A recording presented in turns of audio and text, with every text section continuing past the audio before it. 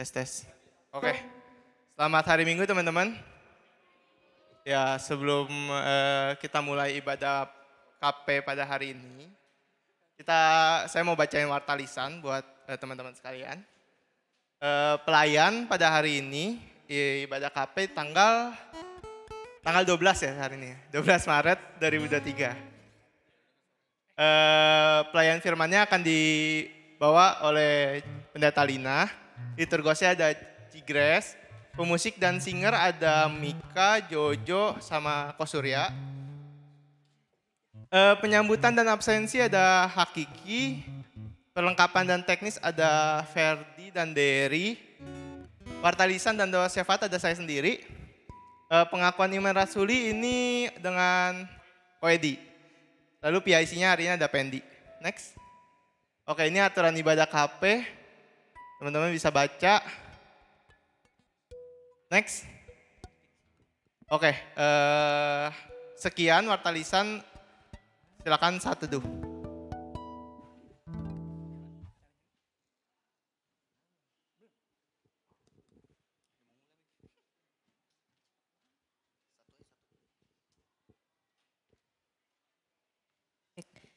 Ya, saat teduh selesai teman-teman. Main layang-layang di depan patung kuda. Selamat siang Komisi Pemuda. Aduh malu sendiri. Baju merah punya si Om, Shalom. Oke teman-teman, senang banget bisa lihat teman-teman lagi di hari Minggu ini untuk sama-sama hadir di Komisi Pemuda kita, di kebaktian kita. Mazmur 89 ayat yang kedua berbunyi, aku hendak menyanyikan kasih setia Tuhan selama-lamanya, hendak memperkenalkan kesetiaanmu dengan mulutku turun-temurun. Teman-teman mari dengan bangkit berdiri, saya mau mengajak kita semua untuk menaikkan pujian PKJ 14 kunyanyikan kasih setia Tuhan. Boleh sambil bertepuk tangan.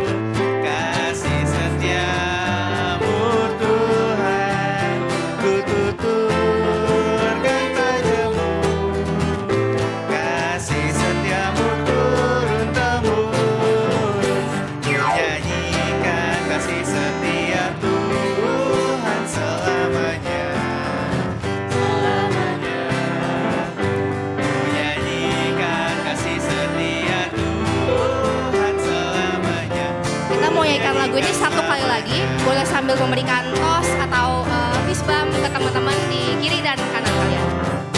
Ku nyanyikan kasih setia Tuhan selamanya, selamanya. Ku nyanyikan kasih setia Tuhan selamanya, ku nyanyikan selamanya. Ku tuturkan rajamu, kasih setiamu Tuhan, ku tuturkan rajamu, kasih setiamu turun-temurun. Ku nyanyikan kasih setia Tuhan selamanya, selamanya. Ku nyanyikan kasih setia Tuhan selamanya, ku nyanyikan selamanya. Ibadah pemuda hari ini hanya dapat berlangsung atas pertolongan Bapa, Anak, dan Roh Kudus. Kasih karunia Allah Bapa, Tuhan kita menyertai teman-teman sekalian. Teman-teman boleh dipersilakan untuk duduk. Ya teman-teman, kalau misalnya saya mau nanya sedikit nih ke teman-teman. Kalau teman-teman ngeliat di sekitar teman-teman, kira-kira hal apa sih yang mengingatkan teman-teman akan kebaikan dan kebesaran Tuhan? Mungkin ada yang mau jawab. Apa kira-kira? Cuaca. Cuaca, oke. Cuaca yang kayak gimana tuh? Adem. Adem. Nonton konser. Ada beling, ada beling. Ya, teman-teman mungkin dari setiap kita punya hal masing-masing gitu ya yang mengingatkan kita akan kasih dan kebesaran Tuhan. Entah itu mungkin tadi cuaca yang bagus, cuaca yang indah, atau dari hal-hal simple aja gitu, entah kita hidup dengan baik, hidup dengan sehat, punya kehidupan yang diberkati gitu ya. Saya mau mengajak kita untuk memuji dan menyembah Tuhan kita lebih lagi yang sudah memberikan segala hal ciptaannya itu, dan untuk kehidupan juga yang boleh Ia pelihara untuk kita, untuk segala hal yang boleh Ia ciptakan, untuk setiap kehidupan kita yang boleh terus Ia pelihara. Betapa besar dan agung Allah kita. Kita mau nyanyikan pujian How Great is Our God.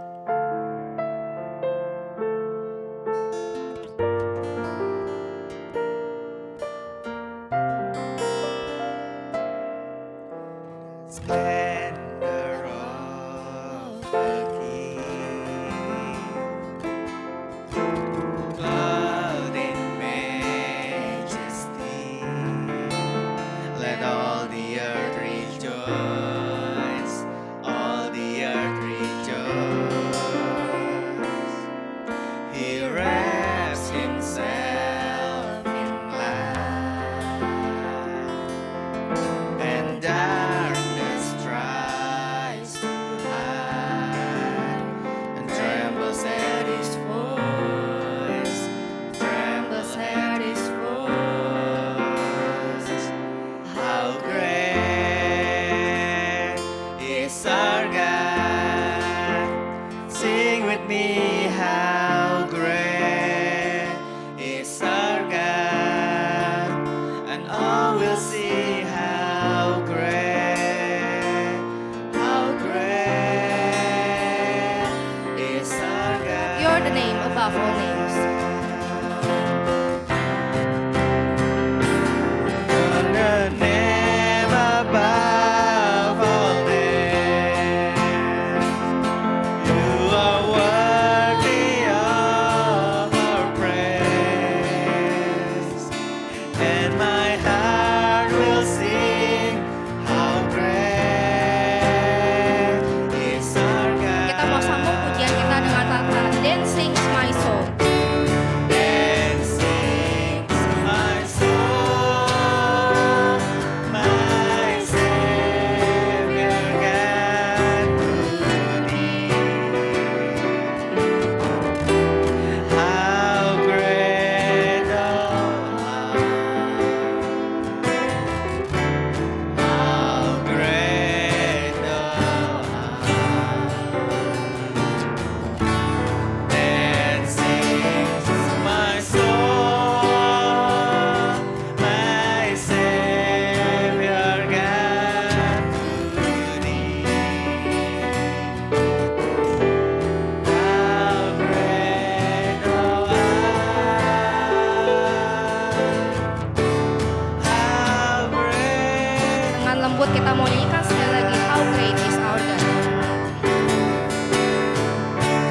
How great is our God? Sing with me, how great is our God? And all will see how great is our God.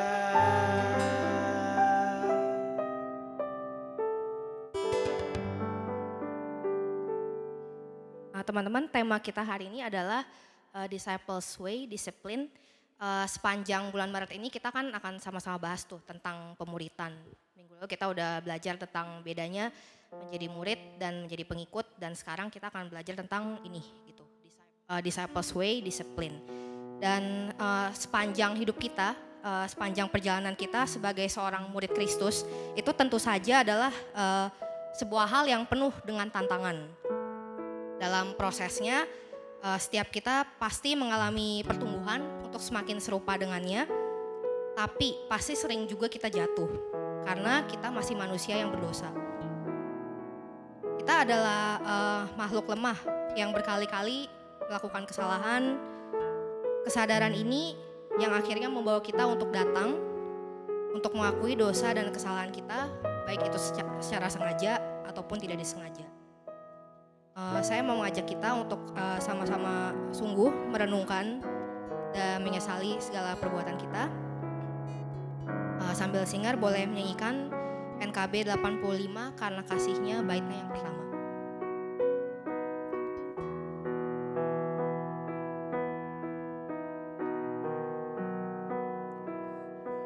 Apa Yesus turun dari sorga, masuk dunia gelap penuh celah, berdoa dan bergumul dalam taman, cawan pahit pun diterimanya. Mengapa Yesus menderita didera dan mahkota duri pun dipakainya? Mengapa Yesus mati bagi saya? Kasihnya, ya karena kasihnya. Ya, teman-teman, momen pengakuan dosa bukanlah merupakan kesempatan untuk melakukan dosa lagi dan lagi. Hendaknya kita boleh datang dengan segenap kerendahan hati, juga boleh mensyukuri kasihnya yang tercurah untuk mengampuni setiap kita. Mari kita nyanyikan lagu ini sekali lagi baitnya yang kedua. Mengapa Yesus mau pegang tanganku bila ku di jalan tersesat? Mengapa Yesus beriku kekuatan bila jiwaku mulai penat? Mengapa Yesus mau menanggung dosaku? Beriku damai serta sukacitanya. Mengapa Dia mau melindungiku? Kasihnya, ya karena kasihnya. Mari kita bersatu di dalam doa. Ya Tuhan, inilah setiap kami yang boleh datang kembali kepadamu untuk merendahkan hati kami dan mengakui setiap dosa-dosa dan kesalahan yang telah kami perbuat. Tuhan, kami bersyukur untuk anugerah pengampunan-Mu yang boleh tercurah bagi setiap kami. Biar kiranya setiap hidup kami boleh semakin dipulihkan dan kami boleh semakin berjalan kepada terang-Mu saja Tuhan. Dan boleh menjauhi setiap dosa-dosa yang telah kami perbuat. Terima kasih Tuhan, hanya di dalam nama-Mu kami berdoa dan mengucap syukur. Amin. Ya, teman-teman boleh bangkit berdiri. Sebagai ucapan syukur atas kasih karunia Allah, kita mau sama-sama membacakan berita anugerah kita yang terambil dari Efesus 2 ayat yang keempat sampai kelima. 1, 2, 3. Tetapi Allah yang kaya dengan rahmat, oleh karena kasih-Nya yang besar, yang dilimpahkannya kepada kita, telah menghidupkan kita bersama-sama dengan Kristus. Sekalipun kita telah mati oleh kesalahan-kesalahan kita, oleh kasih karunia kamu diselamatkan. Ya, oleh kasih karunia saja kita boleh diselamatkan. Dan sebagai respon dari berita anugerah kita, kita mau naikkan pujian NKB 17, Agunglah Kasih Allahku, bait yang pertama dan ketiga. Bagi saya secara personal, lagu ini dari berbagai kidung jemaat, berbagai him, ini adalah salah satu lagu favorit saya. Karena liriknya yang begitu indah, begitu puitis, terus tiap pemilihan katanya juga pas gitu kan. Seindah anugerah pengampunan yang boleh Ia berikan bagi kita. Mari kita sama-sama naikkan pujian ini, Agunglah Kasih Allahku.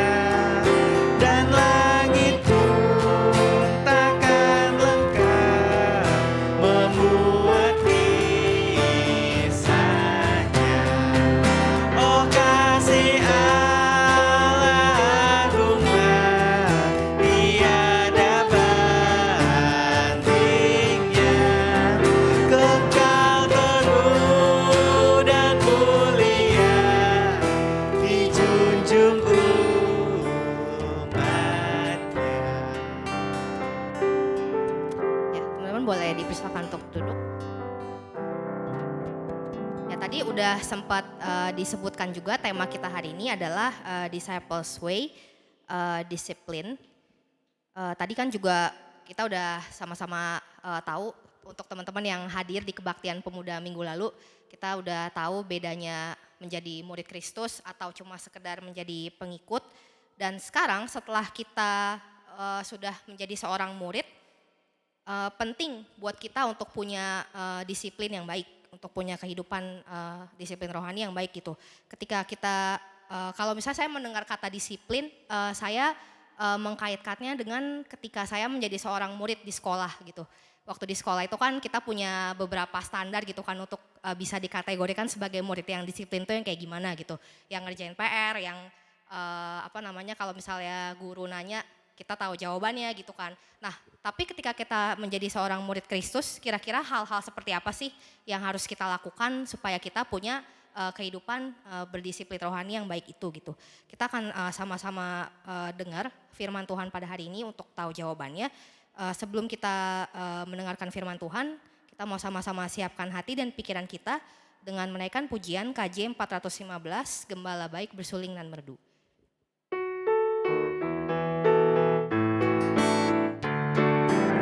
Gembala baik bersuling dan merdu, membimbing aku pada air tenang, dan memberikan aku berteduh di padang rumput hijau berkenan.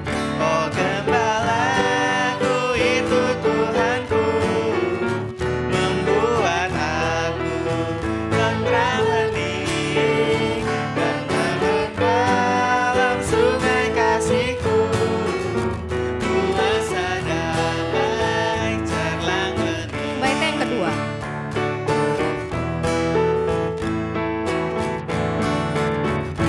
Kepada domba haus dan lesu, gembala baik memberikan air segar. Dalam hati haus dan segar, diberinya air hidup yang benar. Oh gembalaku itu Tuhanku, membuat aku tentram hening, mengalir dalam sungai kasih-Ku. Kuasa damai cerlang bening. Pada Jelina saya masih.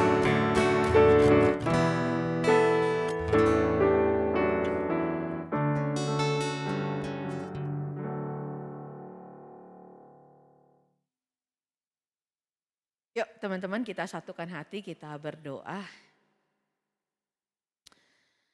Bapak kami mengucap syukur untuk hari ini karena kami boleh Tuhan beri kekuatan, kemampuan, kesanggupan sehingga kamu bisa bangun dari tidur kami bisa ada di tempat ini untuk beribadah. Kami mengucap syukur untuk setiap kami yang sudah Tuhan hantar di tempat ini. Dan biarlah kiranya Tuhan menolong kami, memberkati ibadah yang boleh kami lakukan. Dan Tuhan tolong kami supaya kami dapat mengerti dan dapat menangkap makna dari setiap tindakan yang kami lakukan. Khususnya tindakan kami beribadah. Sehingga kami bisa melakukan ini bukan sekedar sebagai sebuah kewajiban dan keharusan keagamaan.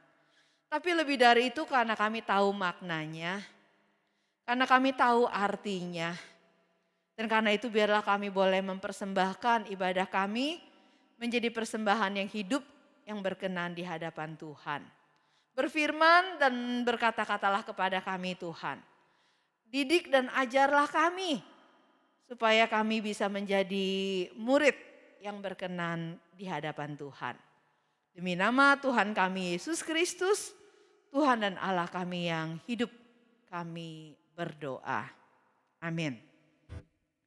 Baik saudara-saudara, saya Saya mau mengajak kita untuk membuka Alkitab kita dari surat 1 Timotius pasal yang keempat.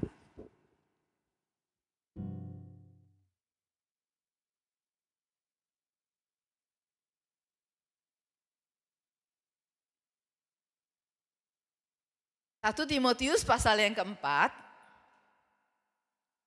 kita akan baca dari ayat yang ke-6 sampai dengan ayat yang ke-11. Lalu nanti akan kita baca juga dari surat 2 Timotius pasal yang ketiga. 2 Timotius pasal yang ketiga nanti kita akan baca juga ya. Dari ayat 1 sampai dengan ayat yang kelima. Baik, saya akan bacakan buat kita sekalian satu bagian yang pertama. 1 Timotius 4 ayat 6 sampai 11. Dengan selalu mengingatkan hal-hal itu kepada saudara-saudara kita, engkau akan menjadi seorang pelayan Kristus Yesus yang baik, terdidik dalam soal-soal pokok iman kita dan dalam ajaran sehat yang telah kau ikuti selama ini. Tetapi jauhilah tahayul dan dongeng-dongeng nenek-nenek tua. Latihlah dirimu beribadah. Latihan badani terbatas gunanya. Tetapi ibadah itu berguna dalam segala hal. Karena mengandung janji baik untuk hidup ini maupun untuk hidup yang akan datang. Perkataan ini benar dan patut diterima sepenuhnya. Itulah sebabnya kita berjeripayah dan berjuang. Karena kita menaruh pengharapan kita kepada Allah yang hidup, juru selamat semua manusia, terutama mereka yang percaya. Beritakanlah dan ajarkanlah semuanya itu. Baik, bacaan yang kedua, bagian lanjutannya saya mau teman-teman baca juga dari 2 Timotius 3 ayat 1 sampai ayat yang kelima ya. Demikian bunyinya, ketahuilah bahwa pada hari-hari terakhir akan datang masa yang sukar. Manusia akan mencintai dirinya sendiri dan menjadi hamba uang. Mereka akan membual dan menyombongkan diri. Mereka akan menjadi pemfitnah. Mereka akan berontak terhadap orang tua dan tidak tahu berterima kasih. Tidak mempedulikan agama. Tidak tahu mengasihi, tidak mau berdamai, suka menjelekan orang. Tidak dapat mengekang diri, garang, tidak suka yang baik.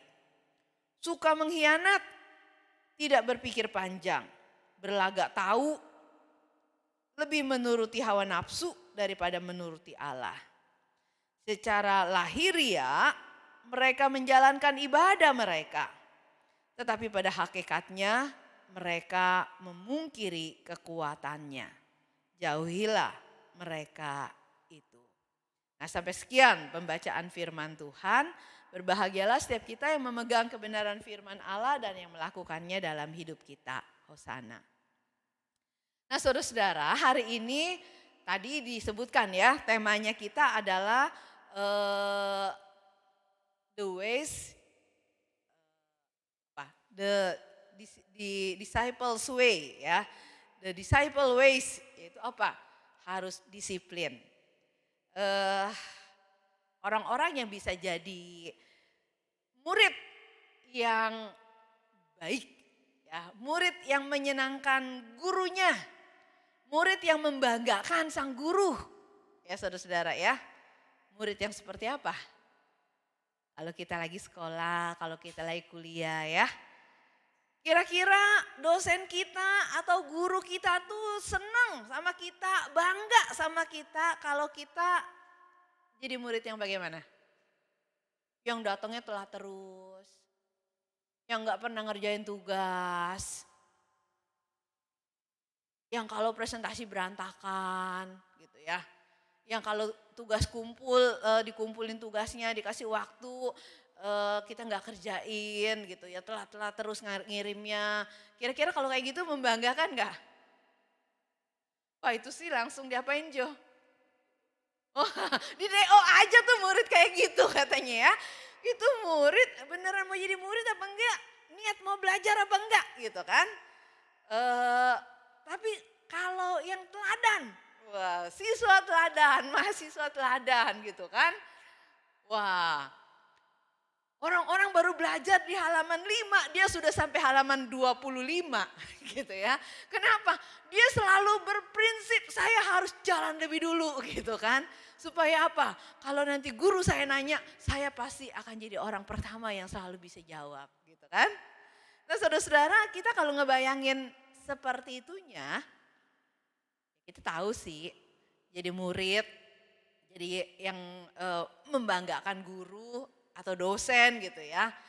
Kita tahu, tapi apa yang kita tahu itu kadang belum tentu kita lakukan ya. Kenapa belum tentu kita lakukan? Karena katanya roh itu memang penurut gitu ya. Otaknya tahu, tapi dagingnya lemah ya. Keinginannya, kita tuh ada di tengah-tengah kehidupan yang saat ini banyak memberi tawaran. Sehingga kadang bukannya membuat kita rajin, tekun, belajar ya. Tapi kita lebih suka memilih apa? Ya santai-santai dulu gitu ya. Lebih banyak kongkow atau ngobrol, chit-chat sana gitu ya. Nongkrong sana sini atau main game bareng. Wah, sekarang jangankan anak-anak yang udah gede ya, anak-anak kecil juga. Yang gamenya masih sederhana atau ada juga udah ini ya, ayo apa namanya main bareng mabar katanya ya. Wah terus janjian mabar, terus ribet banget gitu ya. Kenapa? Dan itu asik. Ternyata ya bukan cuma ribet tapi itu asik, menyenangkan. Sehingga kadang-kadang itu menyita banyak waktu ya. Sehingga yang terjadi kita lupa apa yang penting yang harus kita lakukan. Karena kita tergoda untuk melakukan banyak hal. Nah dikatakan oleh Paulus kepada Timotius muridnya ya. Anak rohaninya, murid yang dia pimpin, yang dia bimbing gitu ya. Orang yang sejak awal berjalan di dalam imannya kepada Kristus, tapi kemudian dia dijadikan sebagai muridnya yang diperhatikan sedemikian rupa, yang diajar sedemikian rupa, yang dikasih teladan sedemikian rupa, maka kepada Timotius ini Paulus mengingatkan. Mengingatkan apa? Mengingatkan bahwa sebagai murid dia harus menjadi seorang murid yang tahan. Yang bisa berdiri teguh sampai akhir, sampai selesai ya. Baik ketika keadaan itu aman dan enak untuk belajar, ataupun ketika keadaan itu enggak aman, enggak enak, enggak nyaman untuk belajar menjadi seorang murid ya. Biasa ada orang-orang yang suka bilang, enak belajar ketika kita bisa belajar ada temennya. Maka kalau saya sih dulu ya waktu dari SMA tuh suka bikin kelompok-kelompok belajar gitu ya. Atau paling enggak ada janjian sama beberapa teman untuk jadi belajar bareng-bareng gitu ya. Untuk bisa jadi saling mengingatkan. Latihan bersama gitu ya. Nah kenapa bisa begitu? Supaya bisa tahan lebih lama, bisa saling mengingatkan, bisa saling jaga dan sebagainya. Nah Paulus memperlakukan hal yang sama nih kepada Timotius. Ingat bahwa memang betul kondisi belajar yang enak itu ketika semuanya memberi dukungan. Ya, fasilitasnya ada, orang-orangnya ada, situasinya oke gitu ya. Maka kita bisa belajar jadi murid yang baik ya. Tapi kata Paulus, ingat bahwa enggak selalu ada kondisi yang baik untuk kita bisa belajar dan jadi seorang murid ya. Enggak selalu, kalau dulu tuh saya ya paling benci tuh waktu SMP ya sama pelajaran, apa tau gak saudara-saudara? Ada dua yang saya sebel ya, satu bahasa Inggris. Sebenarnya saya suka, tapi gurunya gak enak. Ya, jadi saya sebel banget kalau pelajaran bahasa Inggris gitu kan. Yang kedua matematika. Kenapa? Saya sebel sama gurunya juga saudara-saudara ya. Jadi waktu kelas 1 matematika saya bagus. Kelas 2 matematika saya langsung warnanya merah. Kenapa? Saya sebel banget sama gurunya. Waktu itu saya sekolah di sebelah situ tuh ya, di SMP 63. Ada satu guru, bapaknya agak pendek, saya ingat banget ya. Perutnya agak gendut gitu ya. Dia kalau suruh kita jawab, kita nggak bisa, itu kita akan dicubit saudara-saudara. Dan cubitnya itu bukan begini, ya, bukan di sini, cubitnya di sini nih, ya. Dan nggak begini, tapi diapain? Diputer. Udah dicubit, diputer, ya. Dan itu biasanya pada biru. Ada ya guru kayak gitu ya, ada pada zaman saya ya.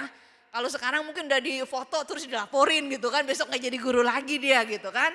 Kalau dulu ada kayak gitu. Ya memang maksudnya dia sih memberi disiplin supaya kita cepat nangkep dan pada bisa. Tapi kalau dijelasinnya belum benar, kita belum nangkep dan kita gak bisa jawab, kita dicubit gitu. Akhirnya yang ada apa? Bukan semangat belajar ya. Yang ada tuh kita benci banget sama dia gitu kan. Kalau giliran ada males nih, kalau bisa gak masuk nih. Tapi saya gak pernah bolos sih ya. Jadi paling-paling ya pada biru gitu kan, atau dipukul gitu kan. Nah saudara-saudara itu malah gak bikin saya tambah rajin. Jadi saya sengaja dikasih tugas gak mau kerjain gitu kan. Dikasih ini gak mau gitu kan, ulangan jeblok gak apa-apa gitu ya. Sok nantang gitu kan. Ayo mau pukul berapa lama lagi, nantangin ya. Saudara-saudara tapi waktu kelas 3 gurunya beda. Gurunya baik banget. Terus nilai matematika saya langsung jadi 9. Gurunya gak bisa nih loncatannya terlalu tinggi. Masa kelas 2 kemarin 5, kelas 3 9. Sampai diinterogasi kenapa gitu ya. Apa yang terjadi dan seterusnya. Saudara-saudara kita bilang kalau gurunya enak saya mau. Ya kalau ada temennya saya mau. Ya kalau situasinya bagus dan mendukung saya mau ikut. Saya mau berlatih sesuai dengan aturan dan lakukan secara disiplin. Sehingga saya bisa jadi murid yang baik gitu ya. Tapi kalau kondisinya enggak seperti itu, kita berontak, mungkin kita jadi males, mungkin kita jadi ogah gitu ya.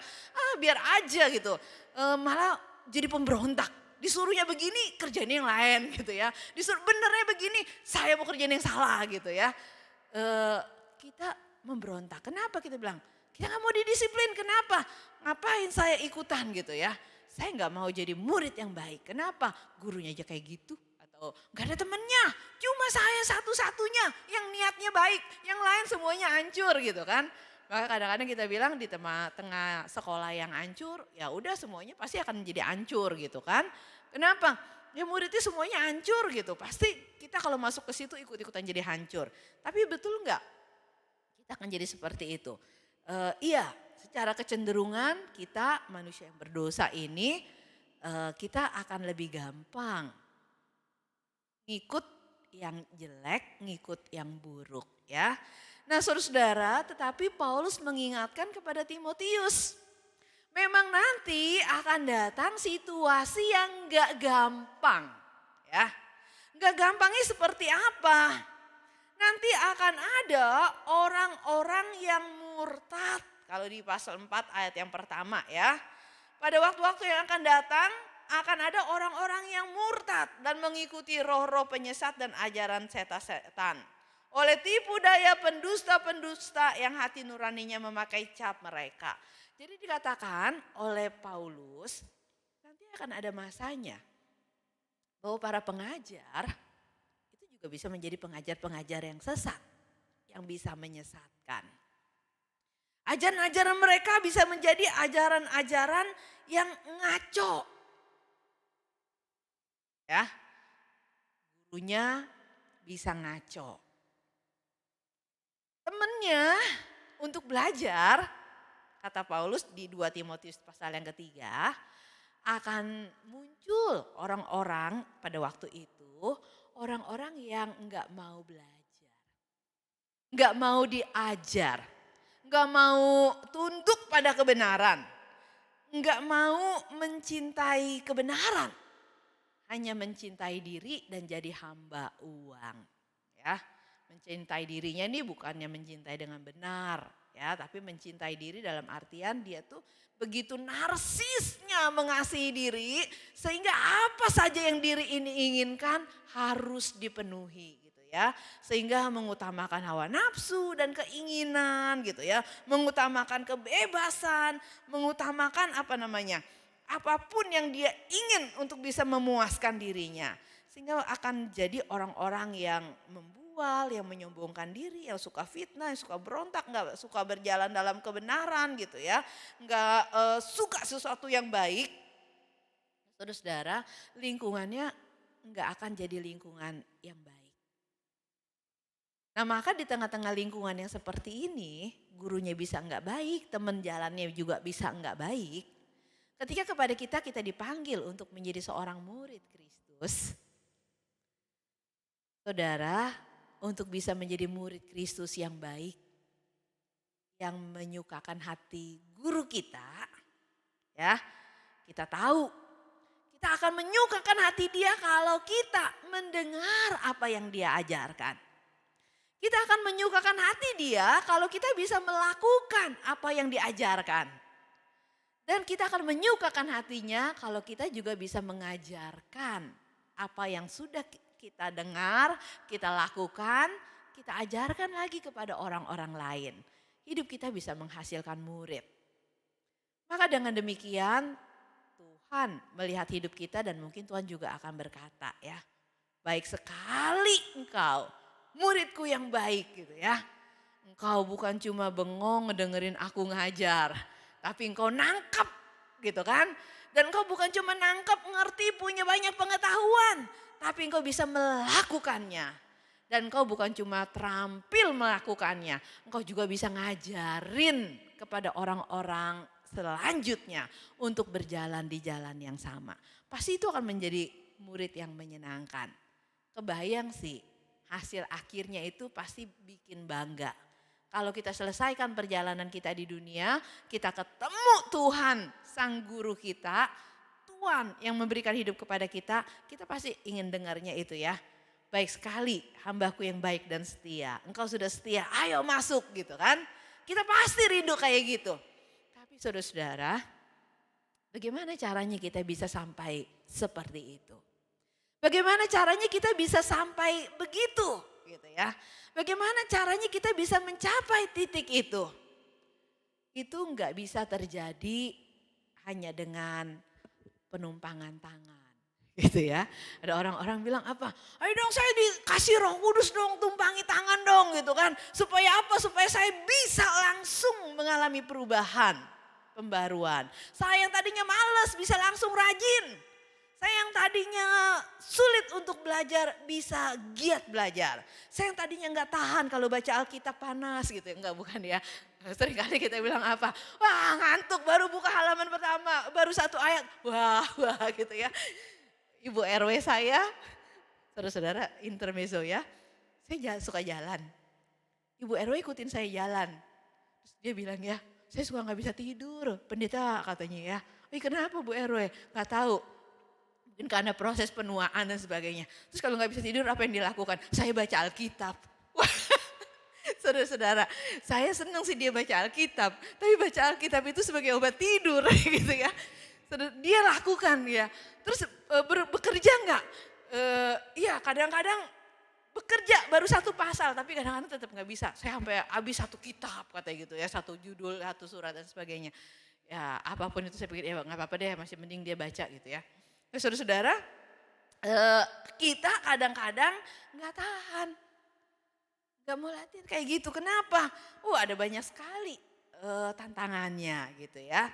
Nah dalam bagian ini sebenarnya Paulus sudah mengingatkan, memang akan ada situasi-situasi yang sukar untuk bisa menjadi seorang murid.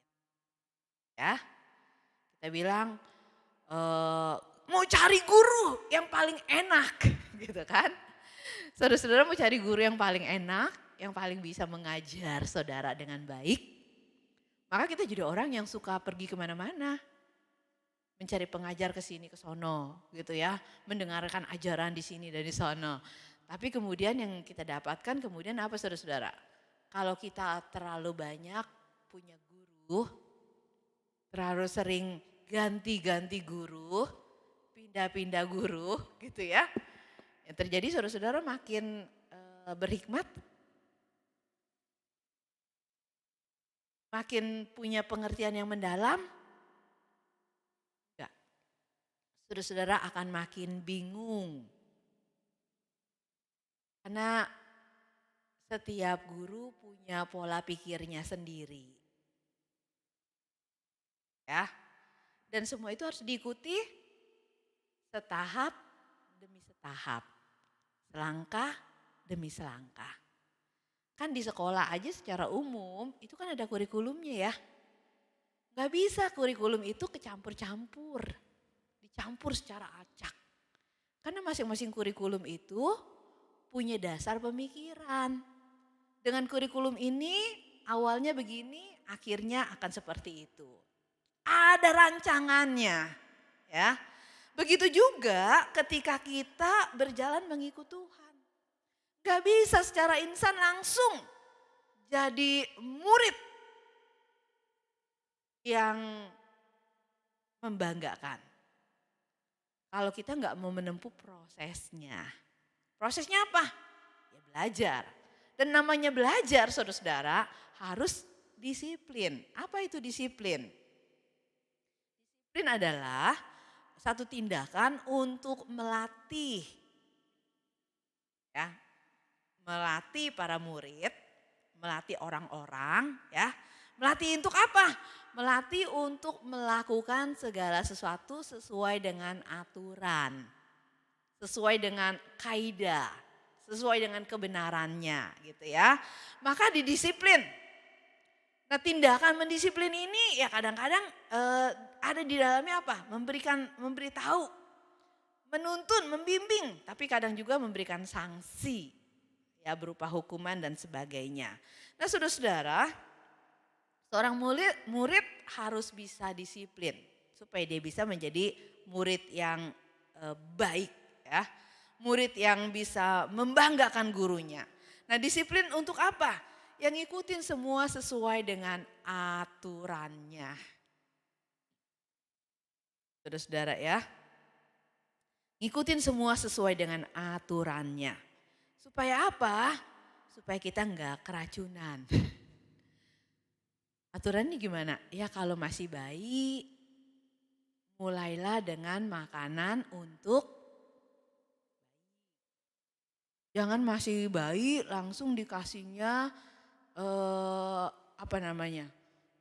nasi padang pakai dendeng cabai yang pedas gitu ya. Gak kuat saudara-saudara ya.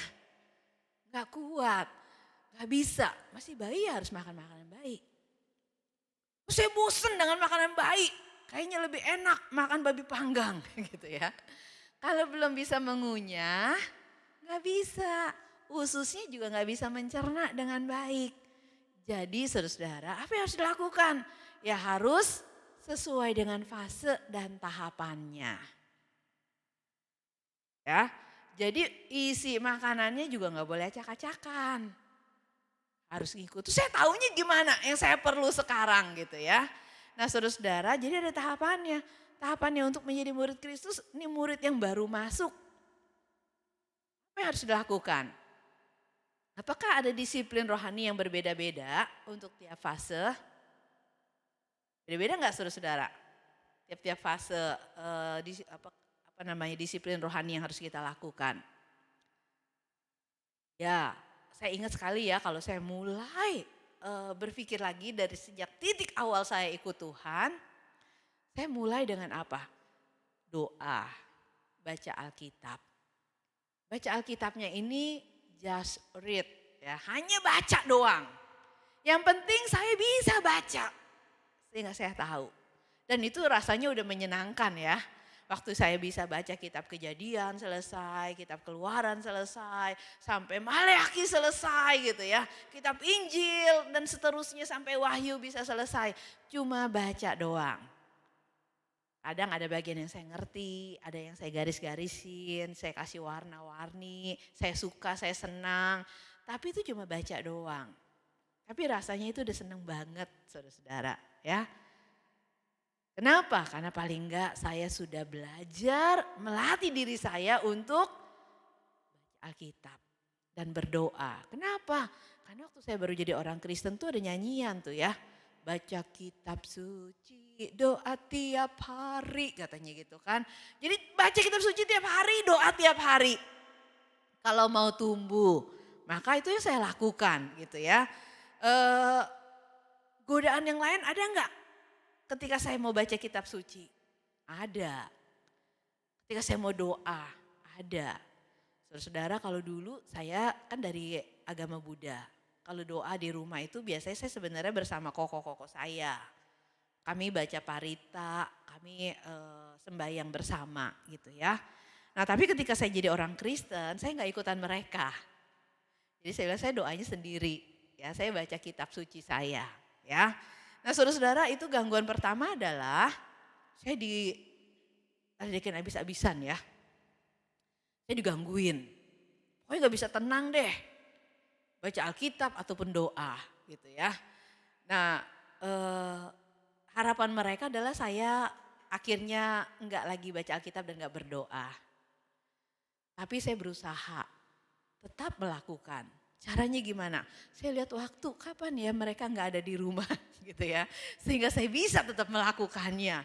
Atau tempat di mana ya yang saya bisa sendiri. Karena waktu itu kami nggak punya banyak kamar ya. Jadi nggak ada kamar pribadi, kamar kami kamar bersama gitu kan. Ya dalam situasi seperti itu gimana? Nggak ideal ya. Nggak ideal. Tapi waktu bisa baca, bisa doa itu rasanya senang banget. Nah saudara-saudara ada tantangan tapi tetap harus melakukan. Kenapa? Karena di gereja dikatakan nih sama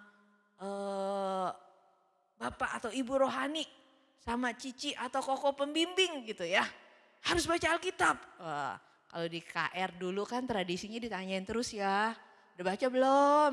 Gitu kan, udah ini belum? Sateduhnya bolong berapa gitu kan. Kalau di pemuda gak ada yang nanyain lagi ya. Karena dianggapnya apa? Ya karena harusnya sudah lebih matang, sudah lebih dewasa, sudah lebih tahu ya. Jadi mulai dengan apa? Hanya sebagai sebuah kebiasaan. Membangun dan membiasakan sebuah kebiasaan yang baik. Saudara-saudara itu perlu dilatih. Dan gak bisa kita bilang, saya gak makan lah tiap hari, nanti saya makannya di setiap hari Sabtu gitu ya. Saya gak mau makan nih, saya gak mau baca Alkitab dan gak mau berdoa setiap hari ya. Nanti aja saya fullnya seminggu sekali. Pas lagi ke gereja deh, seharian deh dari pagi sampai malam saya di gereja terus juga gak apa-apa deh. Gitu ya, kenapa? Itu tempat ideal, paling enak, ada pengajarnya, ada ruangannya, ada temennya gitu kan. Semuanya tersedia fasilitasnya gitu kan. Maka kita bilang saya disiplinnya seminggu sekali aja. Saudara-saudara jangan begitu juga. Banyak orang mengalami gizi yang tidak baik gitu ya, tidak seimbang. Karena makannya nggak benar, nggak teratur, nggak seimbang gitu ya. Nah jadi yang benar itu gimana caranya? Kebenaran itu harus diterima sedikit demi sedikit. Sehingga itu bisa seperti makanan kita ya. Sedikit demi sedikit sesuai aturan, sesuai takaran dan itu sesuai sama kebutuhan. Dan itu akan bisa membuat kita tumbuh dengan baik dan sehat ya. Sama belajar jadi murid juga. Saudara-saudara nggak akan jadi murid yang baik hanya karena saudara sudah menyelesaikan baca satu buku. Lebih dulu daripada teman-teman yang lain. Yang paling penting adalah saudara bisa memahami. Ya, bisa menyerap dan bisa menjadikan itu semua sebagai bagian dalam hidup saudara gitu ya. Nah saudara-saudara, kan anak saya lagi belajar piano nih. Sebenarnya sih baru tingkat elementary ya. Jadi masih pemula lah ya, dasar. Nah baru berapa waktu belajar. Terus waktu beberapa hari yang lalu gurunya kasih saya satu buku lain. Bu, saya kasih Jethro buku ini ya Bu. Ini sebenarnya buku untuk apa namanya, inian satu gitu ya. Terus kemudian saya lihat ya notogenya itu kayaknya agak ribet ya. Nggak satu-satu tapi itu nyambung-nyambung gitu ya. Terus saya bilang sama guru lesnya, ini dia bisa, ya buat latihan katanya ya. Terus saya minta teman untuk bantuin dia latihan. Dia bilang ini sih loncatannya ketinggian, ini bukannya bahannya tingkat 1 nih, ini bahannya tingkat 2 nih. Dia buka kurikulum ya, tuh kurikulum, semua pakai buku ini tuh di tingkat 2 katanya gitu kan. Ini elementary, ini loncatnya kebanyakan nih gitu ya. Tapi saya sih bisa, kata yang bantuin ngelatih nih ya. Saya sih bisa bikin dia kayak begitu, katanya ya. Tapi baik apa enggak baik? Tapi dia bilang, tapi saya takut. Takutnya dia enggak kuat tangannya, terus bisa cedera. Saya enggak ngerti ya, saya cuma dijelasin begitu ya. Jadi bisa sih saya bikin dia begitu, saya paksa dia, saya ajarin tekniknya sampai dia bisa gitu ya. Tapi kemungkinan dia bisa cedera. Kenapa? Karena fasenya itu harus dari ada tahapan-tahapannya. Latihan tangannya itu harus bagaimana dan sebagainya gitu ya. Nah saudara-saudara, saya pikir begitu juga dengan pertumbuhan rohani kita. Kita butuh makanan rohani betul. Tapi enggak sembarangan makanan. Harus kita telan. Kita butuh disiplin rohani, latihan-latihan. Supaya kita cepet lah. Jadi muridnya tuh lebih cepat gitu ya. Bisa loncat kelas. Wah, kalau sekarang kan ada juga ya orang-orang yang udah pinteran gitu kan. Wah udah kamu gak usah lewatin kelas ini, kamu langsung loncat kelas. Bisa gak? Bisa mungkin. Tetapi kematangan belum nyampe. Nah itu yang harus diperhatikan. Nah Paulus bilang ada orang yang ibadahnya itu dia jalankan dengan baik. Bahkan mungkin dia bisa lakukan dengan sangat baik. Tapi hanya sebagai sebuah ritual. Dia enggak mempercayai bahwa ibadah itu sesuatu yang bermakna. Sesuatu yang penting. Hanya sekedar melakukan. Udah doa, udah baca Alkitab, udah. Tapi apakah doa dan baca Alkitab itu berrelasi dengan hidupmu, dengan hatimu, dengan pikiranmu, dengan perjalanan imanmu? Enggak. Yang penting nih saya udah dikasih ini. Oh saya mau cari yang lebih hebat. Oh saya mau cari, saya udah punya pengetahuan gitu ya. Kalau kamu baru tahu tentang anugerah, saya udah tahu tentang tulip. Kalau kamu udah tahu tentang ini, saya udah tahu yang lebih lagi gitu ya. Saya udah tahu banyak pengetahuan. Tapi banyak pengetahuan buat apa? Banyaknya pengetahuan tidak membuat kita menjadi murid Kristus yang sejati. Karena murid yang sejati itu murid yang seperti apa sih sebenarnya?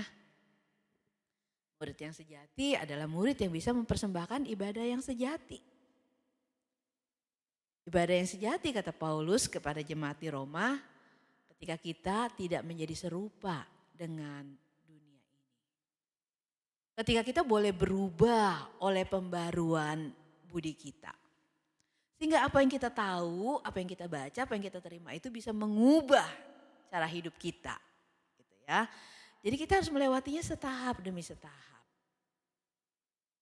Selangkah demi selangkah. Bahan yang kita pakai, yang kita baca, ada tahapannya, ada langkah-langkahnya. Sesuai sama pertumbuhan kita ya. Kalau dulu sih waktu remaja saya mengamati.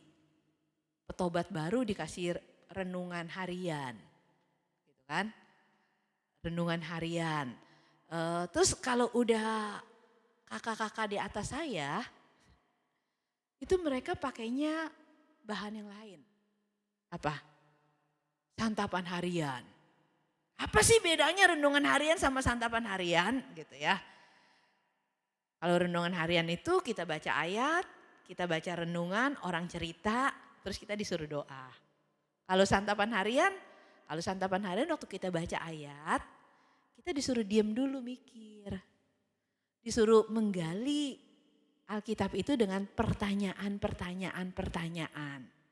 Habis itu kita baru menarik kesimpulan dari jawaban-jawaban kita. Habis itu kita baru lihat renungannya, cocok gak nih gitu ya.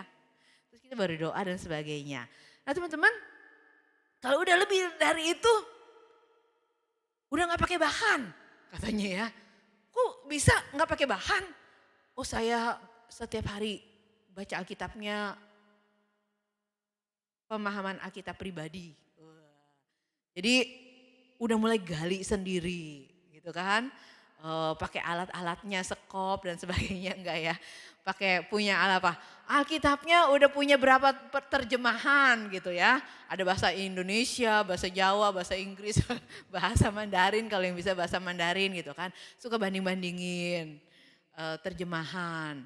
Terus, oh nangkep, oh ayatnya begini, oh maknanya begini gitu ya. Nah teman-teman makin bisa menikmati. Dari tadinya sebuah kewajiban, terus tambah lama tambah menjadi sebuah kebutuhan. Ya, bahwa mengerti membaca Alkitab ini bukan cuma baca tapi harus ngerti. Dan itu punya pengertian dan pemahaman itu menjadi sebuah kebutuhan. Sehingga akhirnya gak usah ditanyain, terus melakukan gitu ya. Nah harusnya kan kayak gitu tuh. Sampai kita bisa ngasih tahu ke anak-anak baru. Kamu baru bertobat, sini saya kasih tahu jalannya ya. Supaya jadi seperti saya gitu ya. Lewat sini, habis itu lewat sini, pakai ini, makan ini, begini, begitu gitu ya. Ada aturannya. Nah teman-teman, kita yang pernah didisiplin kita akan tahu gimana caranya memberi disiplin kepada orang-orang yang ada di bawah kita. Nah itu nanti akan terjadi tuh. Dan itu dengan sendirinya akan berproses seperti itu gitu ya. Kita ikutin sesuai waktu. Pertama saat teduhnya 5 menit gitu ya. Baca Alkitab, doa, selesai gitu kan. Gak pakai mikir langsung baca renungan, oh selesai. Tapi kemudian agak lama. Lalu kemudian bisa jauh lebih lama. Kenapa? Karena bukan lagi kewajiban, keagamaan. Tapi sesuatu yang kita tahu, ini penting, ini bermakna, saya mau tahu gitu ya. Nah saudara-saudara, dan itu gak bisa jadi dengan instan. Harus ada disiplinnya dan kita ikutin aturannya ya. Ada hal-hal yang kita belum bisa pikir, belum nyampe, ya udah gak usah dipikirin. Waktu kita belajar tentang Alkitab, pertama kan kita cuma dikasih tahu Alkitab ini adalah firman Allah. Lalu nanti kalau kita udah semakin banyak belajar, kita perlu tahu gimana Alkitab bisa jadi. Gimana Alkitab bisa diterjemahkan. Gimana Alkitab bisa dibukukan. Gimana Alkitab ini kemudian dibikin jadi tafsiran-tafsiran gitu ya. Gimana Alkitab ini kemudian jadi pesan yang berrelevan sama hidup kita dan seterusnya. Saudara itu masih banyak sekali hal yang kita harus tahu. Jadi kalau udah baca Alkitab doang jangan berasa sok tahu. Ya, tadi kata Paulus zaman ini akan ada orang-orang yang sok tahu gitu ya. Kenapa? Karena rasanya udah punya pengetahuan-pengetahuan yang banyak. Padahal itu sesuatu yang bisa ditempelin atau dicari tahu secara instan gitu ya. Oh tahu kok gampang, sekarang udah ada kecerdasan digital katanya ya. Apa aja bisa kita tanyakan dan dia bisa langsung kasih tahu kita. Sehingga kita juga bisa jawab gitu ya. Kalau ada orang yang nanya gitu kan. Nah saudara-saudara bukan yang instan. Karena keadaan kita sebagai seorang murid tidak hanya akan diukur dari apa yang kita tahu. Tapi juga akan diukur dan dilihat oleh orang-orang sampai sejauh mana kita mempercayai ibadah yang kita lakukan. Sampai sejauh mana semua disiplin-disiplin rohani yang kita kerjakan itu berkontribusi untuk membangun hidup kita. Ya, waktu saya ngajar di SMA ada satu murid nyeleneh ya, masuk golongan murid yang nakal tapi agak baik juga gitu ya. Maksudnya ya dia mikir juga gitu ya saudara ya. Apa pertanyaannya? Dia bilang gini ya, Ci, menurut Cici mendingan yang mana? Orang yang gak pernah ke gereja, gak pernah doa, gak pernah saat teduh walaupun dia Kristen. Tapi hidupnya di sekolah tuh baik. Gak pernah nyontek, gak pernah ngelawan orang tua, gak pernah ngelawan guru. Gitu ya. Atau orang yang ke gereja rajin, pelayanan rajin. Doa saat teduh rajin. Tapi kalau sekolah ulangan selalu nyontek. Menurut Cici mendingan yang mana kata dia ya. Nanyanya susah banget ya. Kalau saya bilang mendingan yang rajin, tapi kok hidupnya nggak benar gitu ya. Kalau saya bilang mendingan yang nggak saat teduh, hidupnya benar, tapi kok berarti saya nyuruh dia nggak usah saat teduh, nggak usah doa gitu kan. Saudara-saudara, jadi saya bilang pilihannya cuma dua doang. Boleh nggak saya pilihan yang ketiga, saya bilang gitu ya. Karena memang seharusnya ibadah itu nggak boleh cuma dilakukan sebagai sebuah kebiasaan keagamaan. Tapi ibadah ini sebagai sebuah disiplin, ya, latihan yang kita lakukan untuk bisa membangun hidup kita. Seperti olahraga, exercise, ya, itu bisa melatih kita membentuk tubuh jasmani kita. Demikian juga ibadah itu ketika kita lakukan itu tuh harus membentuk hidup kita, manusia rohani kita ya. Sehingga kita semakin hari bisa semakin serupa dengan guru kita.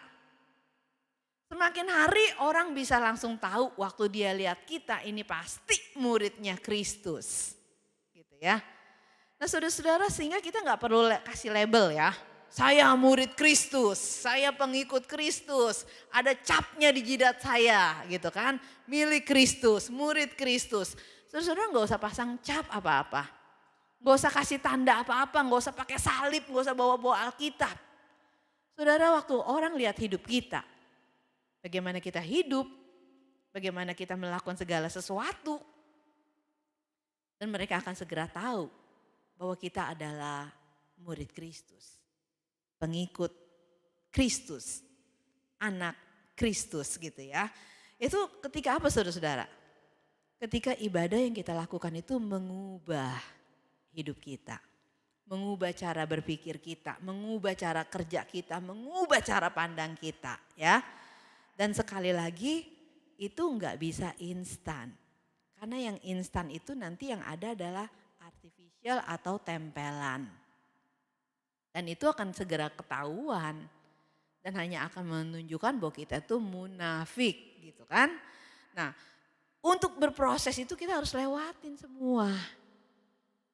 Dimulai dengan disiplin, latihan untuk mengerjakan dengan benar. Bersekutu sama Tuhan. Ya, jadi sebuah kebutuhan. Mendalami firman Tuhan jadi sebuah kebutuhan. Mengalami kuasa Tuhan dalam hidup kita jadi sebuah kebutuhan. Sehingga hidup kita bisa menyaksikan Kristus. Itu juga sebagai sebuah kebutuhan gitu ya. Bukan lagi hanya sekedar sebuah keharusan. Nah saudara-saudara, disiplin diri. Kita mulainya dari mana kalau mau disiplin? Saudara setiap tahun kalau kita masuk yang namanya masa prapaskah ya. Dari Rabu Abu kemarin tuh saudara-saudara ya. Sebenarnya kita sudah masuk nih untuk mulai latihan rohani untuk beribadah. Latihan. Melatih diri kita untuk beribadah. Kenapa? Karena biasanya dalam masa prapaskah itu kita diingatkan untuk melakukan 3 hal. Apa? 1, berdoa. 2, berpuasa. 3, bersedekah atau berbagi dengan orang lain ya. Nah saudara-saudara, 3 hal ini sebenarnya adalah hal yang paling dasar. Doa, puasa, bersedekah ya. Doanya harus sesuai dengan apa yang diajarkan Tuhan. Berpuasanya itu harus sesuai dengan apa yang diajarkan Tuhan. Bersedekahnya itu harus sesuai dengan apa yang diajarkan Tuhan ya. Nah maka saudara-saudara selama 40 hari dalam masa Prapaskah kita akan dilatih. Latihan badan ya. Latihan apa? Memaksa diri untuk doa. Kadang-kadang diajak kasih temen ya. Ya doanya sama-sama, hari ini doain ini, doain itu. Hari ini baca ini, baca itu. Hari ini kita akan puasanya begini dan begitu gitu ya. Nah saudara-saudara kita rasanya senang tuh kalau ada temennya. Tapi kita nggak akan selama-lamanya jalani semua ini ada temennya. Bahkan ketika nggak ada temen pun kita harus tetap menjalankan ibadah kita. Nah saudara-saudara ini latihannya sekarang. Masa Prapaskah ya, supaya nanti kita bisa jadikan ini sebagai kebiasaan yang terus ada. Kalau gitu nanti gak usah ikutan masa Prapaskah lagi dong kalau saya udah terlatih gitu ya. Latih lagi dengan tingkat yang lebih dalam gitu ya. Kalau tantangan sekarang ini level 1. Nah maka tahun depan akan level 2 gitu ya. Yang menentukan levelnya siapa? Ya saudara-saudara yang kenal diri saudara sendiri. Mau pasang level apa? Up-nya seperti apa? Kayaknya beberapa waktu yang lalu kita udah bahas juga ya. Tentang resolusi, tentang arahnya. Saudara-saudara tentukan sendiri. Saudara mau jalan kemana, mau jadi seperti apa. Dan apa yang mau saudara-saudara lakukan ya. Dan kalau saudara mau jadi murid, maka inilah jalan seorang murid. Mulai dengan disiplin.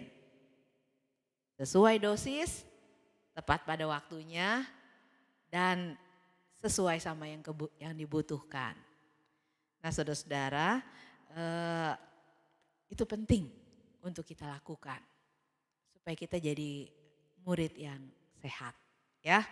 Nah, kiranya Tuhan menolong setiap kita. Mari kita berdoa.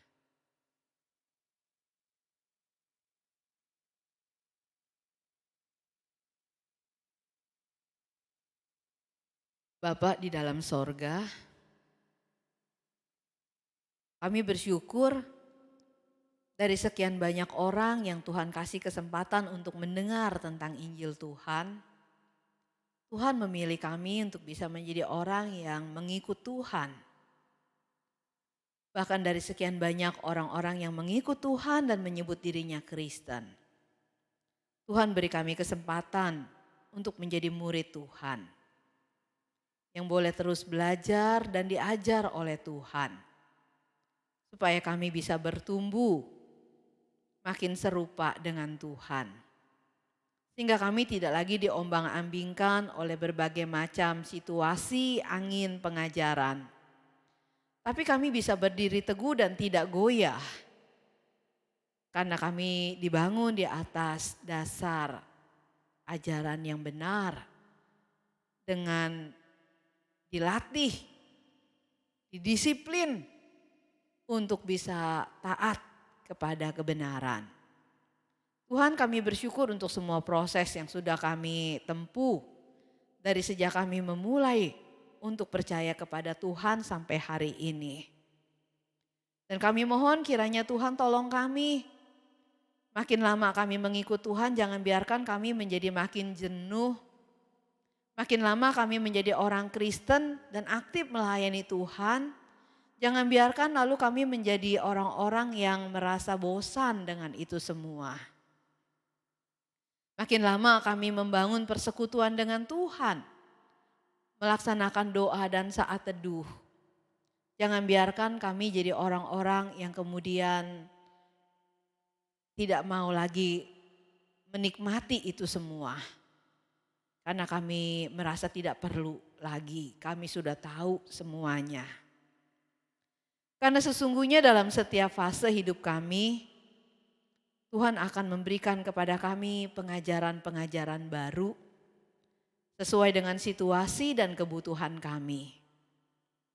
Karena itu biarlah Tuhan tanamkan tekad dalam diri kami untuk kami bersedia didisiplin oleh Tuhan, dipimpin dan dibimbing oleh Tuhan sesuai dengan apa yang Tuhan pandang baik terjadi pada kami. Ketika kami menjadi seorang pemuda yang baru saja bergabung dalam kelompok pemuda. Biarlah kami boleh menjadi pemuda-pemuda awal yang tahu bagaimana kami belajar. Ketika kami sudah menjadi pemuda yang cukup senior, Tuhan tolong kami supaya kami juga tahu bagaimana kami belajar di tengah-tengah kehidupan kami yang sudah tidak lagi sama seperti dulu. Kami mohon kiranya Tuhan tolong kami. Apapun yang kami lakukan, jangan biarkan kami menjadi serupa dengan dunia. Apapun yang kami lakukan, tolong kami untuk tidak melakukan itu semua hanya sebagai sebuah rutinitas atau kebiasaan tanpa makna. Beri kami kemampuan untuk bisa melihat makna dalam setiap tindakan. Beri kami kemampuan untuk bisa melihat makna dalam setiap disiplin rohani yang kami lakukan. Dan bentuk kami Tuhan, sehingga tanpa kami katakan orang bisa melihat hidup kami. Dan mereka bisa melihat kami adalah murid Tuhan. Karena kami boleh hidup dengan cara pandang yang sama seperti Tuhan memandang. Kami mohon Tuhan tolong kami.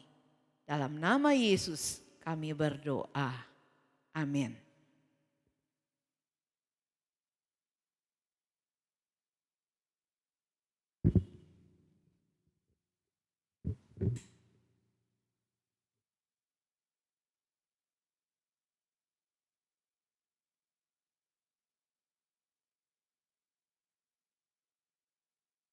Mari saya ajak kita untuk sama-sama berdiri. Mari dengan sikap tegas, mari kita meresponi firman Tuhan kita bersama dengan gereja segala abad pada masa lalu, masa kini, dan yang masa akan datang. Mari kita ikrarkan pengakuan iman rasuli dengan berkata, aku percaya kepada Allah, Bapa yang Maha Kuasa, langit langit dan bumi, dan kepada Yesus Kristus, anaknya yang tunggal Tuhan kita, yang dikandung dari Roh Kudus, darah Maria, yang menderita sengsara di bawah pemerintahan Pontius Pilatus, disalibkan, mati dan dikuburkan, turun dari kerajaan maut. Pada hari yang ketiga, bangkit pula antara orang mati, naik surga, duduk sebelah kanan Allah, Bapa yang Maha Kuasa, dan dari sana ia datang untuk menghakimi orang hidup dan mati. Aku percaya pada Roh Kudus, gereja yang kudus dan am, persekutuan orang kudus, pengampunan dosa, kebangkitan orang mati, dan hidup yang kekal. Amin. Silakan duduk.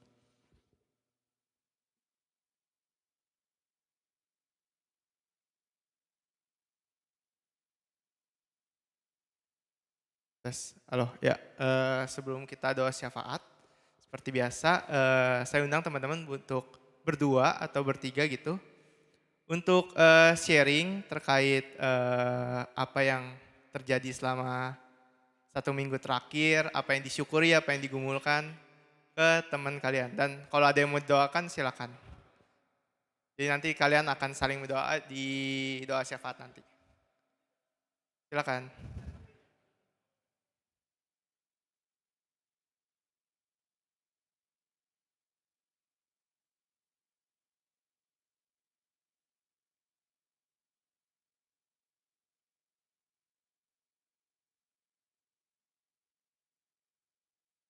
Kalau belum kenal, boleh kenalan dulu.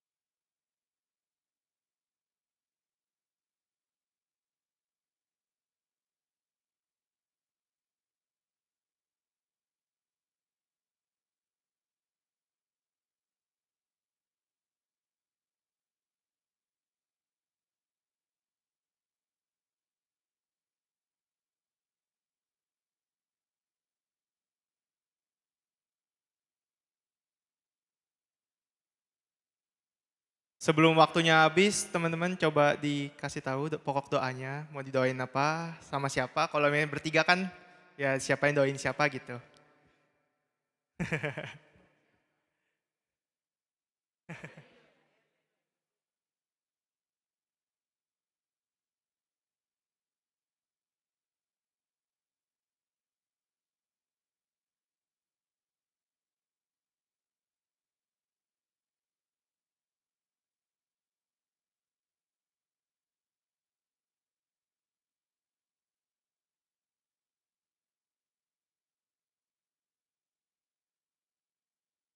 Ya, oke teman-teman, sudah? Halo, halo. Oh Indrawan? Udah, oke.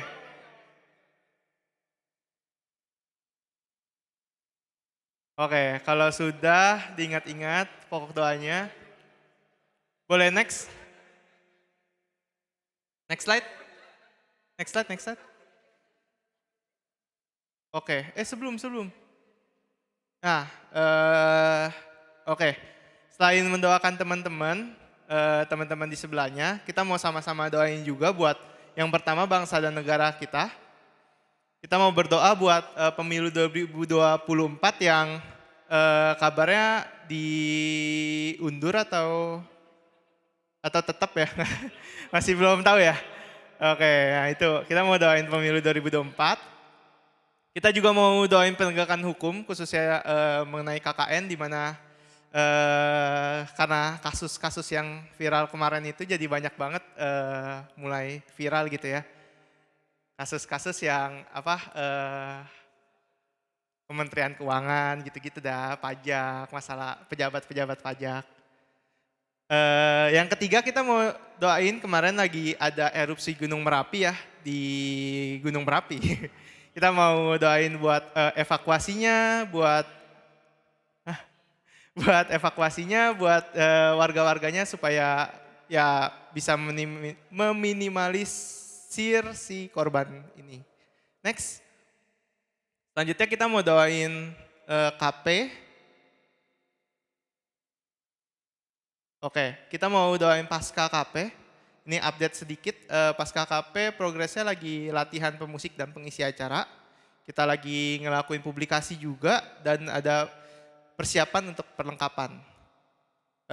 Selanjutnya kita mau doain doain teman-teman yang di sebelahnya teman-teman tadi, lalu sama yang berulang tahun. Ini yang akan berulang tahun di minggu depan ya, sama minggu ini. Itu ada Cimaya Linda tanggal 10 Maret, Yohanes Ben Sour tanggal 15 Maret, ada Marvin tanggal 18 Maret, dan Niko Kurnia tanggal 18 Maret. Kita juga mau sama-sama doain teman-teman kita yang ulang tahun. Mari kita bersatu dalam doa. Bapak sungguh bersyukur buat hari ini, di mana kami bisa sama-sama berkumpul kembali beribadah kepada Tuhan. Kami juga bersyukur buat firman Tuhan yang telah disampaikan oleh Pendeta Lina. Kiranya Tuhan pakai Pendeta Lina lebih lagi dalam keluarganya maupun dalam pelayanannya Tuhan. Sebentar kami mau sama-sama mengangkat doa syafaat, beberapa pokok doa. Kiranya Tuhan saja yang jawab sesuai dengan kehendak Tuhan. Teman-teman kita mau sama-sama doain buat bangsa dan negara kita, Indonesia. Kita mau berdoa buat pemilu yang akan dilaksanakan pada tahun 2024. Mari kita angkat pokok doa ini.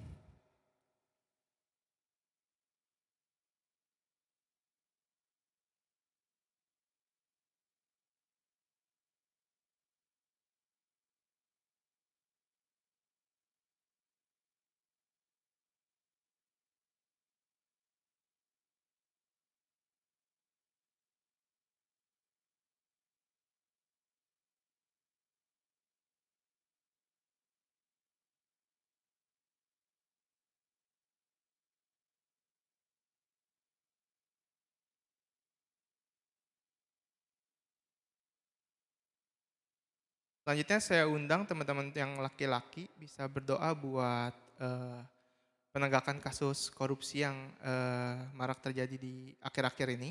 Kiranya setiap instansi yang bertanggung jawab atau bertugas untuk melakukan penegakan ini bisa dapat bekerja dengan baik.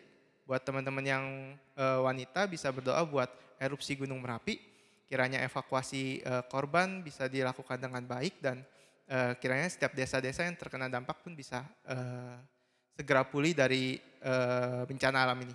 Mari kita angkat pokok doa ini.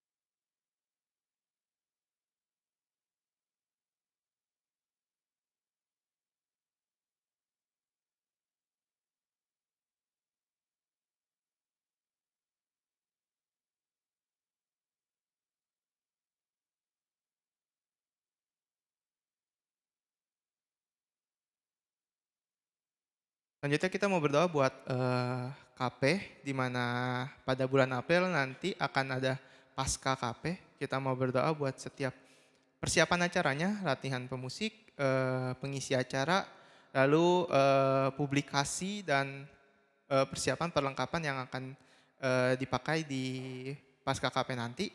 Kita juga mau berdoa buat setiap panitia yang melayani supaya mereka pun bisa lebih sungguh lagi untuk dan memberikan yang terbaik untuk pasca ini. Mari kita bersatu dalam doa.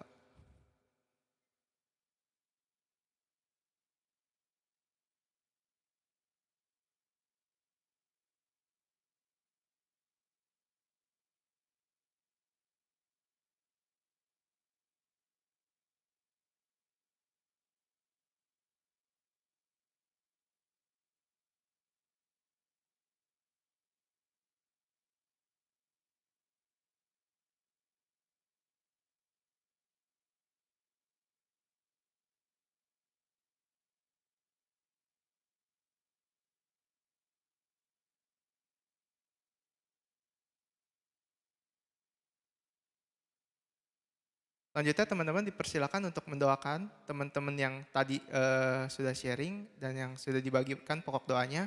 Mari kita angkat pokok doa.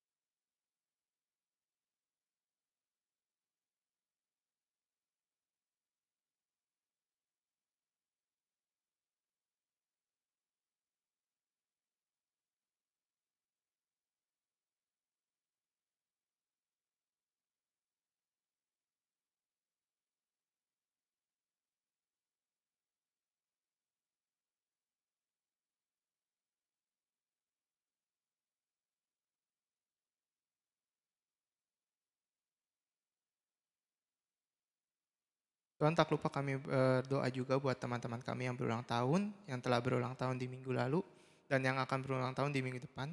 Kami sungguh bersyukur buat setiap berkat Tuhan yang telah Tuhan berikan kepada setiap mereka.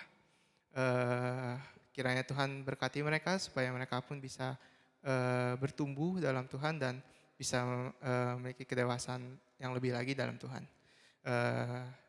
Sekian doa syafaat kami, kiranya Tuhan saja yang jawab sesuai dengan kehendak Tuhan. Hanya dalam nama Tuhan Yesus Kristus kami berdoa. Amin.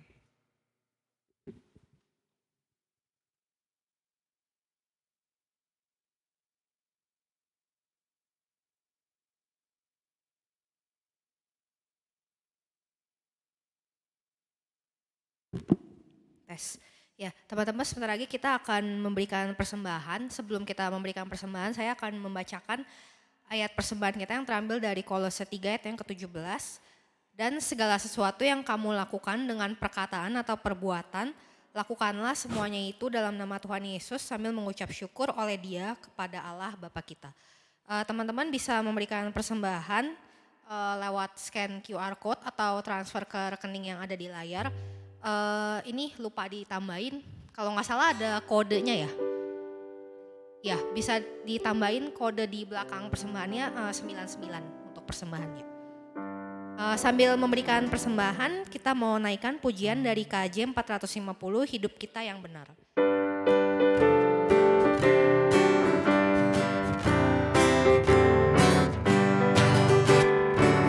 Hidup kita yang benar haruslah mengucap syukur, dalam Kristus bergema, janganlah terkebun, dalam susah pun senang, dalam segala hal.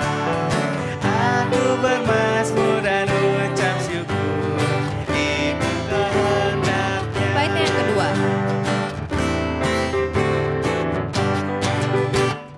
Apa arti hidupmu? Bukankah ungkapan syukur, karena Kristus penebus berkorban bagimu. Dalam susah pun senang, dalam segala hal. Aku bermazmur dan ucap syukur. Kita mau ikan lagi bait yang pertama sambil bangkit berdiri.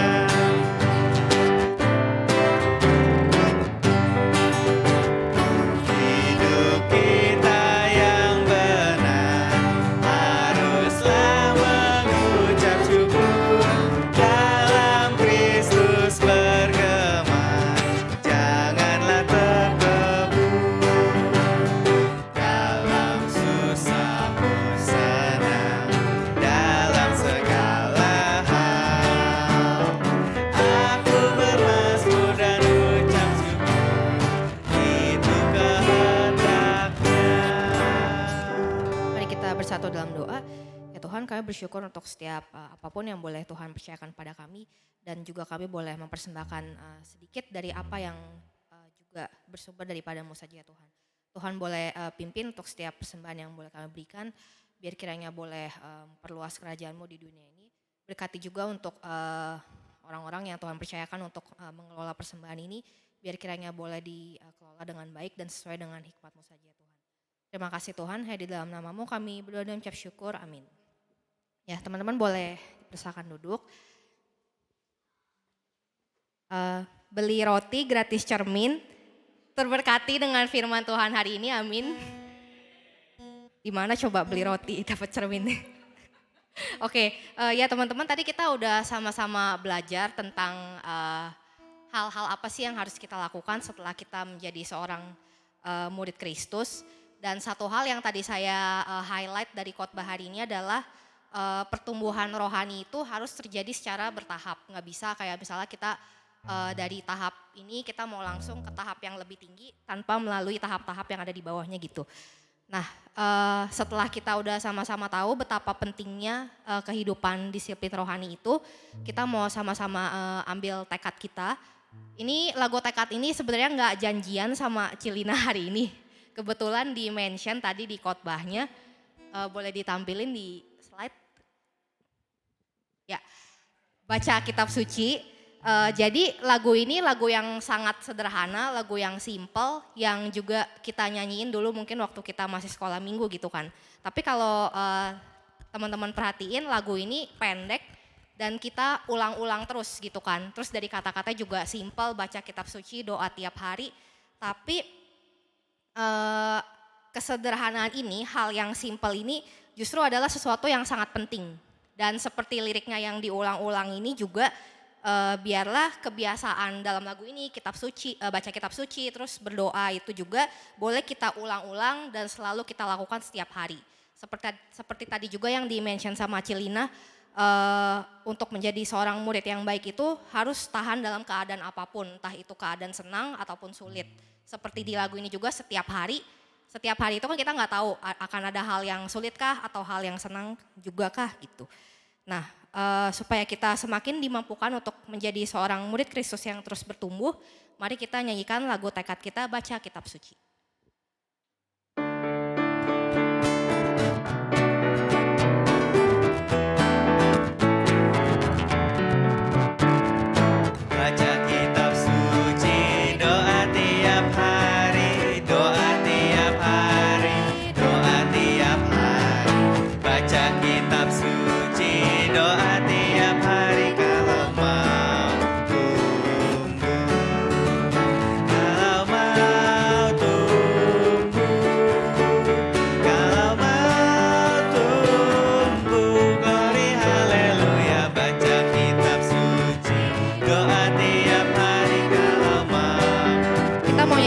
sekali lagi sambil berdiri.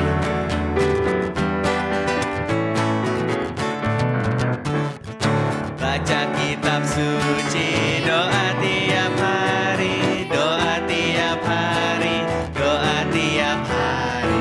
Baca kitab suci, doa tiap hari kalau mau tumbuh.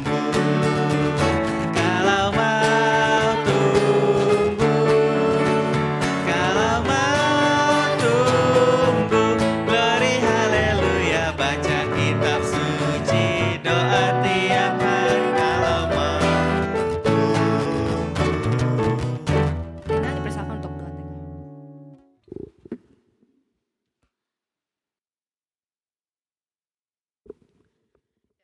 Saudara, kita boleh jadi murid ya,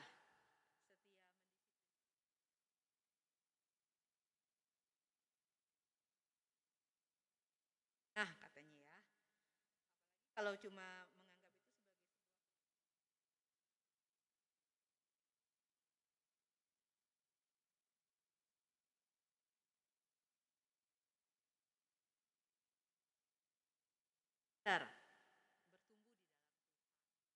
sebagai kita boleh kembali ke tengah-tengah kehidupan kita, di tengah-tengah segala kesibukan kita, di tengah-tengah segala hal yang bisa menyita pikiran dan perasaan gitu ya. Kita boleh ingat, nggak boleh lupa bahwa kita adalah murid Kristus dan seorang murid harus belajar dengan disiplin supaya dia bisa berkenan kepada gurunya dan bisa bertumbuh sesuai dengan tingkat pertumbuhan yang guru kita mau kita capai. Karena itu terimalah berkat Tuhan. Kasih karunia dari Allah Bapa, anugerah dari Tuhan kita Yesus Kristus, Guru yang agung itu, serta pimpinan penyertaan pertolongan dari Allah Roh Kudus. Kiranya menolong kita, memampukan kita untuk kita bisa menjadi seorang murid yang baik, murid yang berkenan di hadapan Sang Guru, murid yang bisa bertumbuh sesuai dengan tingkat pertumbuhan kita sampai Tuhan Yesus datang kembali.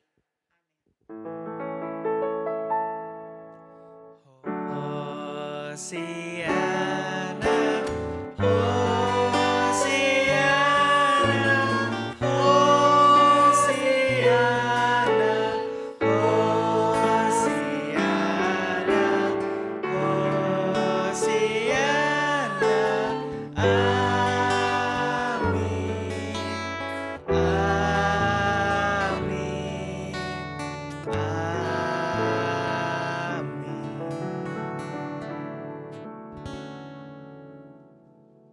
Boleh duduk dan mengambil waktu teduh.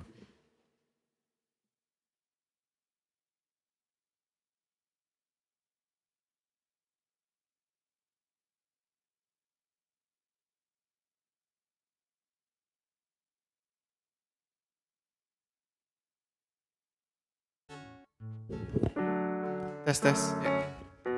Oke, sebelum ke pengumuman, apakah ada dari teman-teman yang baru pertama kali hadir di KP Pernias? Ada? Ada 2 orang, ada yang lain? Oke, boleh kenalan. Boleh kenalan, terus diajak sama siapa?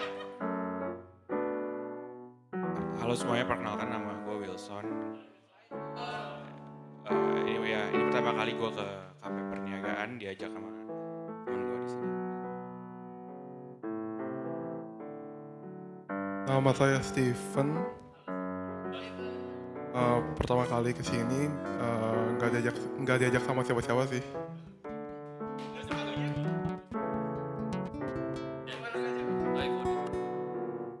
Sebelumnya saya suka ikut online GKI Perniagaan yang kebaktian umum.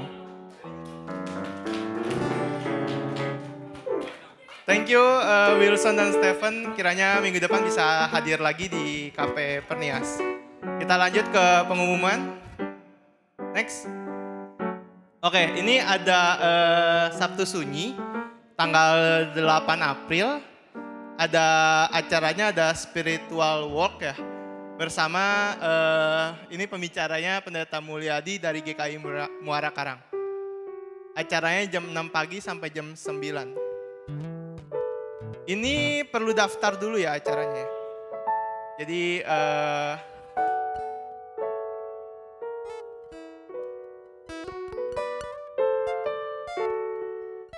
oke, ini acaranya perlu daftar dulu. Daftarnya nanti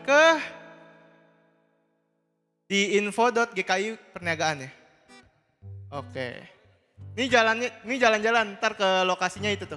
Taman Hutan Kota Penjaringan. Hah? Ke taman. Oke, ini ada Kojul. Jadi teman-teman, ini adalah rangkaian dari Paskah. Kan teman-teman tahu ada Kamis Putih, Jumat Agung, Sabtu Sunyi, dan Paskah. Ini ada Spiritual Walk Sabtu Sunyi. Di Sabtu Sunyi hari Sabtu, jadi akan ada Spiritual Walk, jadi jalan bersama untuk merenungkan sebelum masa Paskah. Jadi yang enggak jalan-jalan, beda. Sebenarnya ngumpulnya di Taman Hutan Kota. Kalau teman-teman mau langsung datang juga nggak apa-apa. Tapi teman-teman langsung datang nggak apa-apa, tapi nanti kalau bisa didaftarkan dulu di pasca.gkiperniagaan.org untuk pendataan. Jadi kalau mau datang ngumpul di sini bareng-bareng nggak apa-apa, tapi kalau mau langsung ke Taman Hutan Kota yang itu loh. Iya. Yang di Telgong, sebelah apa adanya? Yang Kalijodo, sebelah Kalijodo, seberangnya Kalijodo, belakangnya seberangnya Kalijodo betul. Dekat Teluk Intan. Ada satu gang, sebelahnya apartemen Horizon ya? Ini bukan sih? Pokoknya di situ. Kalau bingung tempatnya buka peta Taman Hutan Kota Penjaringan, teman-teman pasti ketemu. Udah. Thank you Kojul. Pagi itu 6-9. Oke, nah yang ini acara Pasca KP. Itu tanggal 9 April ya teman-teman. Silakan datang dan ajak temennya. Hari ini yang datang berapa nih di sini? Statistik berapa hari ini? Hah? 30? 40 pas? Oke, 40 ya. 40 kalau satu orang bawa satu kan jadinya 80. Udah rame tuh ya. jadi apa mempermudah kerjaan Pendi sama Rivi. Jadi tolong teman-teman kalau bisa undang teman-temannya satu orang bawa satu gitu kan. Temanya itu Behind the Silhouette 9 April 2023. Artinya nanti datang aja biar dijelasin sama pembicaranya. Pembicaranya itu ada Ko Yosef Kurniawan, ini dari GKI Kayu Putih ya. GKI Kayu Putih. Kita acaranya jam 12 itu kita makan siang dulu. Jadi ngumpul di sini kita makan siang. Tapi ibadahnya sendiri kita mulai jam 1. Oke, jelas ya? Gitu. Kalau ada pertanyaan bisa tanya ke Pendi atau Rivi atau DM IG KP Pernias. Next. Oke, nggak ada. Kalau udah ibadah KP kita selesai. Selamat hari Minggu teman-teman.